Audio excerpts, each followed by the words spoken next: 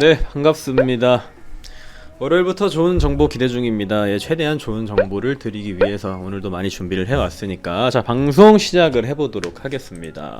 우선 비트코인 차트적으로 분석을 해보는 시간부터 가져보려고 하는데, 자, 우리가 한 가지 좀 알아야 될 부분이 있다. 그게 뭐냐면 이 역사는 반복이 된다 라는 부분을 여러분들한테 설명을 드리려고 해요. 우리가 한국사 역사를 왜 배웁니까? 역사는 반복이 되기 때문이죠. 이 차트도 마찬가지예요. 차트를 분석하고 어떤 결과를 도출해내는 그런 과정은 계속 반복이 되기 때문에 우리가 과거를 복기해 볼 필요가 있다라는 말씀을 드리는 거고요. 자, 그럼 어떤 과거를 복기할 것이냐, 그것도 참 문제라면 문제일 수 있겠죠. 제가 복기할 과거는 바로 2021년도 5월부터 자 7월까지의 과거를 복기를 해볼 생각입니다. 오늘 주식이고 코인이고 다 떨어졌던데 왜 그런지 궁금해요. 우선 떨어진 이유는 물가 상승률과 굉장한 연관이 있다고 말씀을 드릴 수 있겠고요. 우리가 물가가 계속 막 오르잖아요. 지금 시도 때도 없이 CPI, 소비자 물가 지수가 엄청나게 오른단 말이에요. 그러니까 긴축을 해요, 연준에서. 그래서 주가가 떨어지겠죠? 그리고 또 CPI가 엄청나게 높게 나와. 그럼 또 긴축을 해. 긴축이 뭐예요? 유동성을 흡수하는 거잖아요. 그러니까 이게 무한 반복이에요. 소비자 물가지수가 크게 나오고 긴축으로 주가가 떨어지고, 또 다음 달에 소비자 물가지수가 나와요, 크게. 그럼 긴축을 또 해, 주가가 또 떨어져. 무한 반복. 데자뷰야, 데자뷰. 맨날 떨어지고 있다. 근데 공산품도 재고가 엄청나게 많고 고용, 주택가격 등에서 인플레가 고점에서 좀 꺾이고 있는 그런 느낌이 나와주곤 있는데, 유가가 꺾이질 않아요. 유가가 제일 문제입니다. 이 유가가 꺾여야 어느 정도 인플레가 잡혔다라고 볼 수 있을 텐데, 지금 어떻게 되고 있냐면 사우디, 인도, 중국 등 원유를 싸게 구매하면서 이득을 누리고 있다. 이게 모순적인 상황이라는 거예요. 이게 어떤 말이냐면 미국에서 좀 규제 완화를 할 필요가 있어요. 중국 관세도 철폐를 해야 되고, 말잔치만 하는 게 아니라 근본적인 액션을 통해서 유가를 실제적으로 잡아 나가야 한다 라는 얘기입니다. 이해가 되시죠? 자, 한국 소비자 물가도 막 5.4%가 오르고 정말 답이 없구나 라는 생각이 저도 들 정도예요. 제가 웬만하면 좀 긍정론적인 얘기를 해드리고 싶은데, 자, 이번 미국의 소비자 물가지수 어떻게 나왔죠? 8.6%, 8.6이 나왔다. 컨센을 뛰어넘었어요. 8.6.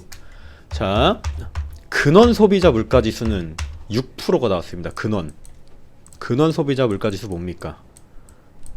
뭐예요? 아시는 분 스스로 대답을 해보세요. 근원 소비자 물가지수는 에너지 가격과 식료품 가격을 제외한 소비자 물가지수를 얘기하는데, 이 근원 소비자 물가지수마저도 6%가 올랐다. 지금은 보다 엄청난 물가 상승률의 시대에 살고 있다. 안 오르는 건 월급뿐. 그게 문제예요. 자, 물가가 올라요. 물가. 그러면 뭘 올려야 돼요? 월급을 올려야 된단 말이에요. 월급이 근데 안 올라. 그럼 어떻게 되죠? 소비가 줄어들어요. 소비가 줄어들면 어떻게 됩니까? 저희 주식시장의 기업들 실적이 낮아진다. 또 어떻게 된다? 주가가 또 낮아져요. 또 낮아져. 이게 무한 반복이라는 얘기예요. 쉽게 말해서 뭐 하나라도 잡혀야 되는데 잡히는 게 없다는 얘기겠죠. 월급이 안 올라, 소비가 줄어들어, 기업들 실적이 또 낮아져요. 왜냐면 매출이 안 나오니까. 그럼 어떻게 된다? 주가가 또 낮아져. 주가가 낮아질 이유밖에 없어요. 오를 이유가 없어. 미쳐버렸죠. 국제 유가는 지금 120불을 넘어섰습니다. 국제 유가 안 내려와. 미쳐버리는 거죠. 증산을 해야 된다는 얘기예요. 증산 계획이 제가 알기로는 7월에서 8월 정도 증산을 한다고 알고 있긴 하거든요. 빠른 증산을 통해서 원자재 가격들이 좀 내려와야 되고, 근본적인 소비자 물가 지수가 잡혀야 주가가 오르던가 한다. 왜냐면 물가 지수가 오른다. 어떻게 된다? 긴축을 하죠. 어떻게 된다? 주가 하락. 긴축, 물가 지수가 계속 올라요. 근데 월급은 또 안 올라. 어떻게 된다? 소비를 줄인다. 소비를 줄이면 주가가 또 내려와. 계속 내려오는 거예요. 미쳐 날뛰는 거죠. 계속 내려올 일밖에 없어. 아무튼 간에 이 거시적인 시장 상황은 좀 별개고요. 우리가 제가 처음에 말씀드린 부분, 과거를 복기를 해야 된다라는 부분에 대해서 말씀을 드리고 넘어가겠다라는 얘기입니다. 과거를 왜 복기를 해야 되냐? 역사는 반복이 되기 때문에. 자, 2021년도부터 7월 달까지 차트 복사를 해올게요. 이런 거를 프랙탈이라고 부릅니다. 프랙탈. 과거의 어떤 패턴이 동일하게 흘러갈 것이라고 예상을 하고 지금 이 모양에 갖다 붙이는 겁니다. 줄여봐요. 쭉 줄여. 자, 보세요. 완전 비슷하게 흘러가고 있죠. 응? 모양 보시면은 이 5월달과 7월달까지 흐름과 굉장히 유사성을 띠고 있다. 지금의 흐름은 상당히 뭐랄까 비슷한 어떤 시장 환경 그리고 분위기가 조성이 돼 있기 때문에 이렇게 흘러가게 될 확률이 있는데 한 번 더 이렇게 하락을 했다가 반등이 어느 정도 중간까지는 나와줄 수 있는 그런 상황이다. 이렇게 봐주시면은 될 것 같습니다. 자, 정확하게 딱 붙여볼게요. 그러면 지금 우리는 어디에 위치해 있다? 하락하는 중간 정도에 위치해 있는 상태다. 이렇게 상황을 여러분들이 체크를 해주면 될 것 같고요. 가로 지지선을 한번 그어보도록 하겠습니다. 지지선 하나 긋고 위로는 저항선을 하나 그어볼게요. 박스권이 하나 형성이 된단 말이죠. 그죠? 대충 중간 정도의 선을 딱 긋습니다. 자, 우리가 차트 공부를 꽤나 했잖아요. 차트 공부를 하면서 알게 된 부분이 뭐가 있습니까? 하락하는 어떤 주식이나 코인은 기술적 반등이 이 중간 라인까지는 와줄 수 있다라는 부분을 우리는 알고 있어요. 여러 가지 경험과 뭐 공부를 통해서 알고 있다는 얘기가 되는데, 자, 이 프랙탈을 딱 붙여볼게요. 프랙탈을 붙여봐. 과거가 똑같이 흘러갈 거라고 예상하고 딱 붙였을 때 떨어졌다가 요 중간 반등까지는 충분히 나와줄 수 있다 라는 얘기입니다. 우리가 기대할 수 있는 상승의 폭은 29,000달러 29,000달러 정도가 되니까 여러분들이 한번 체크를 하시면 될 것 같고요.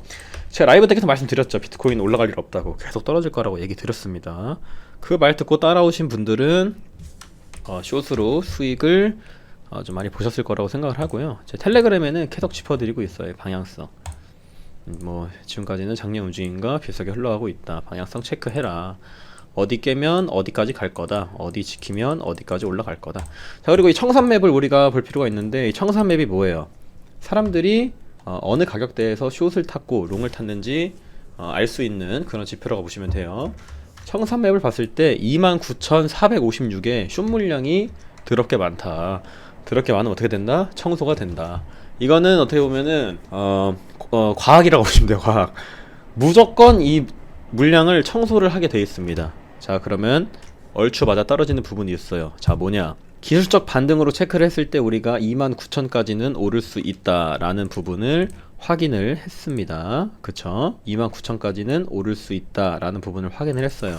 근데 청산맵을 봤을 때, 자, 29,400의 숏 물량이 엄청나게 많다. 그러면 데이터와 기술적 분석상 29,000 언저리까지는 한번 와줄 수 있겠다. 이렇게 관점을 부여를 해볼 수가 있겠고요. 아무튼 제일 중요한 건 뭐다? 인플레가 너무 미쳐버린 상황이다.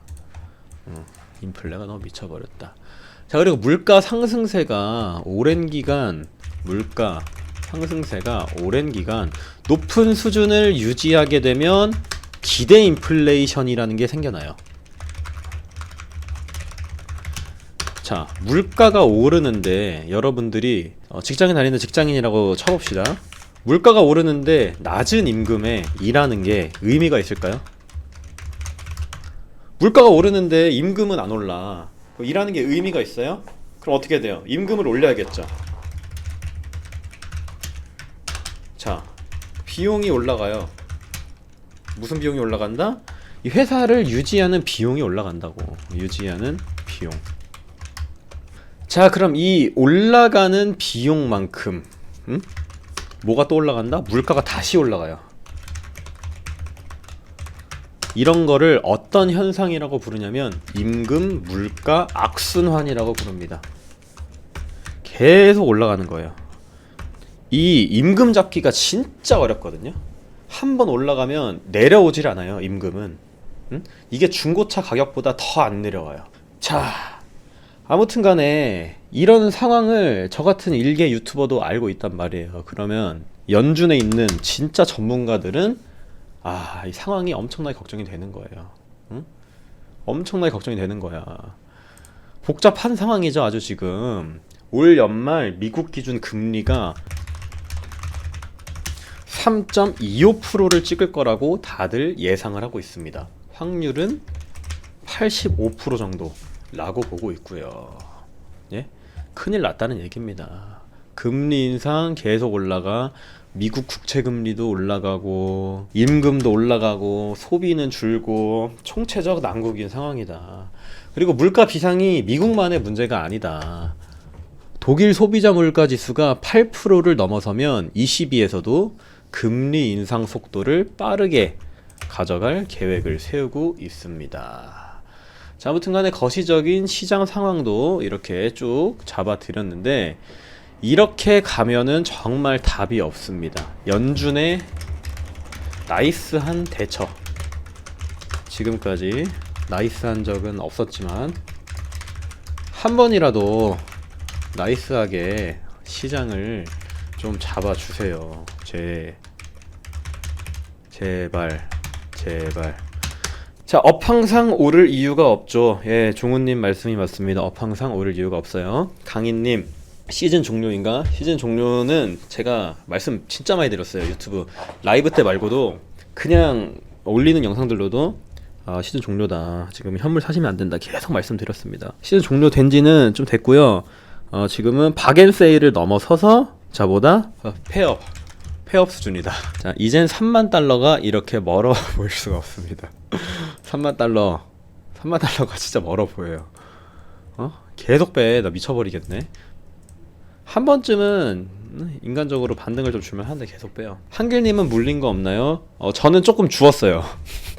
이 하락에 조금 주웠습니다. 뭘 주웠냐? 스텔라룸에 좀 주웠습니다. 이런 거 알려드리면 또 따라 사서 안 되는데, 스텔라룸엔 얘 좀 주웠어요. 한 20% 주웠습니다. 스텔라룸엔. 코인 몇 개는 살아남지 못할 것 같아요. 관점을 조금 변경을 하셔야 되는 게, 코인 몇 개가 아니라 90%는 없어질 겁니다. 90%. 이런 거 있죠, 이런 거. 무위블록 같은 거. 장래성 없는 애들, 이런 거 없어질 거예요. 웨이브, 얘도 없어질 것 같고. 없어질 애들 많아요. 얘도 없어질 것 같아. STP 얘도 없어질 것 같고, 뭐 골렘 이것도 없어질 것 같고, 아무튼 없어질 거 많아요. 가스 얘는 무조건 없어지지. 이거 온톨로지 가스 얘도 없어질 것 같고, 세상에 이 살아남는 코인보다 없어지는 코인이 훨씬 많을 거다라는 부분을 여러분들이 인지를 하시면 좋을 것 같고요. 사실 보시면 비트코인이 이 지지선 라인에서 좀 간당간당한 상태잖아요, 그죠?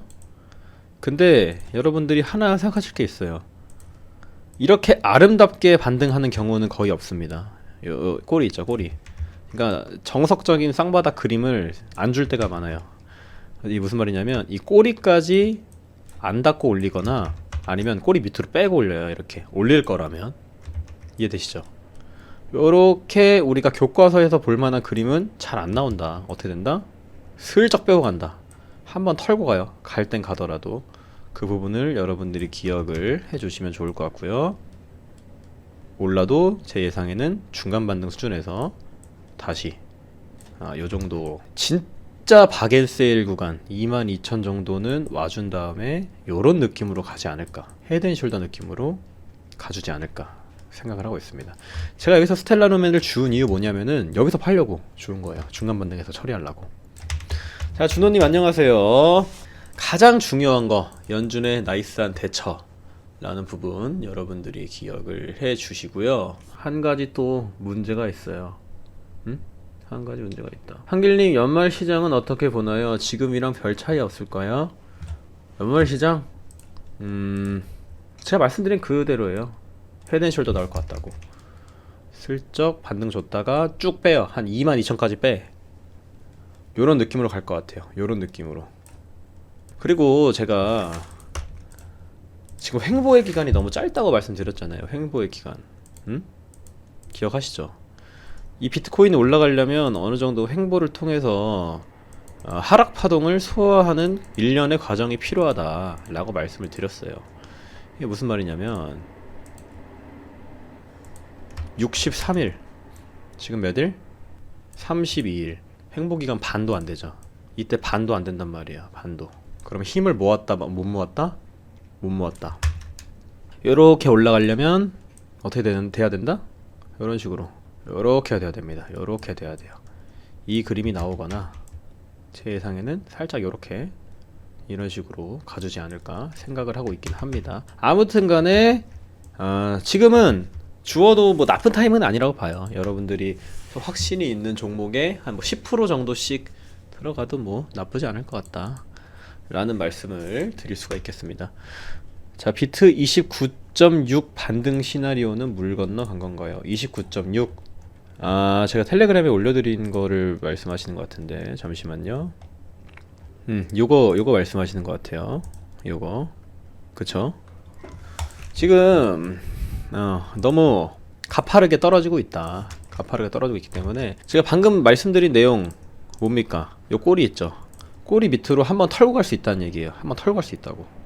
정석적으로 이렇게 가는 게 아니라 쓱쓱, 자 쓱쓱 쭉 이렇게 할 수 있다고요. 그리고 29.6 갔다가 다시 나락.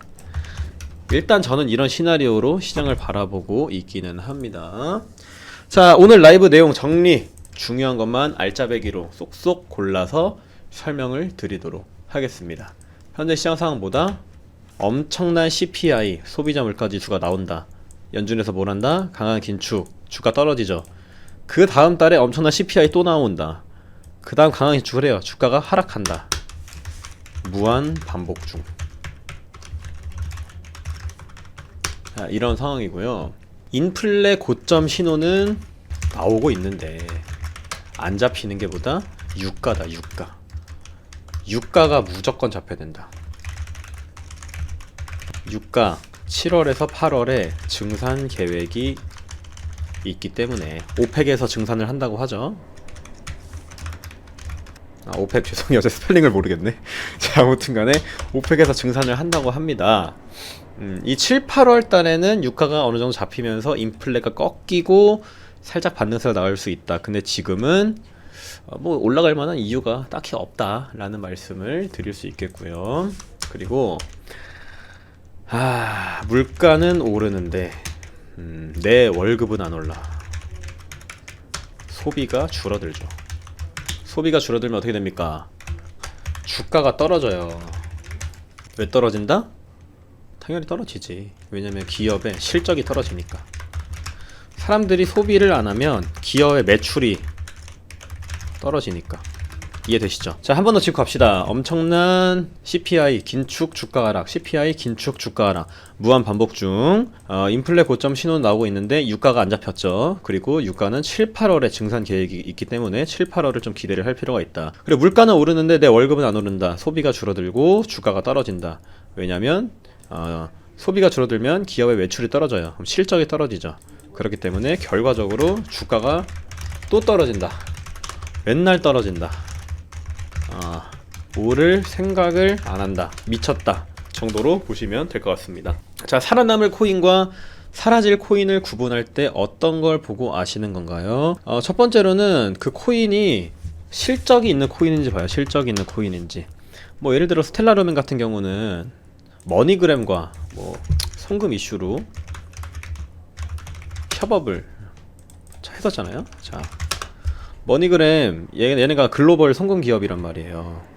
네, 스텔라와 블록체인 결제 개발. 스텔라가 뭐예요? 실제로 실체가 있는 기업이라는 소리가 되겠죠. 자, 글로벌 송금 기업 머니그램이 스텔라 재단과 블록체인 기술을 활용한 결제 시스템을 개발을 위해 손 잡았다. 이러면 얘네가 실체가 있다고 보는 거죠. 백그라운드로 뭘 하고 있나 보는 거예요. 뭐 이렇게 삼성전자, 스텔라루멘과 연관 있는 내용들 막 찾아보는 거고요. 이해되시죠? 뭐 스텔라루멘, CBDC 내용들 하나씩 쳐보면서 스텔라루멘이 CBDC 기술에 실제로 사용이 되고 있나 뭐 이런 부분들을 확인을 하는 거죠. 우크라이나 CBDC 가동, 뭐 스텔라루멘 기반 스테이블 코인 나올까 이런 느낌으로 이 재단이 코인을 그냥 해먹기 위해서 만든 건지 아니면 실제적으로 우리가 뭐 알고 있는 머니그램이나 뭐 삼성이나 이런 기업들과 협업을 하고 있는지 이런 부분들을 체크를 하는 겁니다. 이해되셨죠? 자, 아무튼 간에 오늘 시황 말하는 와중에도 빠지고 있네. 답이 없네요. 비트코인 진짜. 저도 이 시황 설명을 하면서 솔직히 짜증이 납니다. 응? 짜증이 나요. 개박살이 나도 어느 좀 선이란 게 있어야 되는데 너무 선이 없이 빠지는 게 아닌가 싶기도 합니다.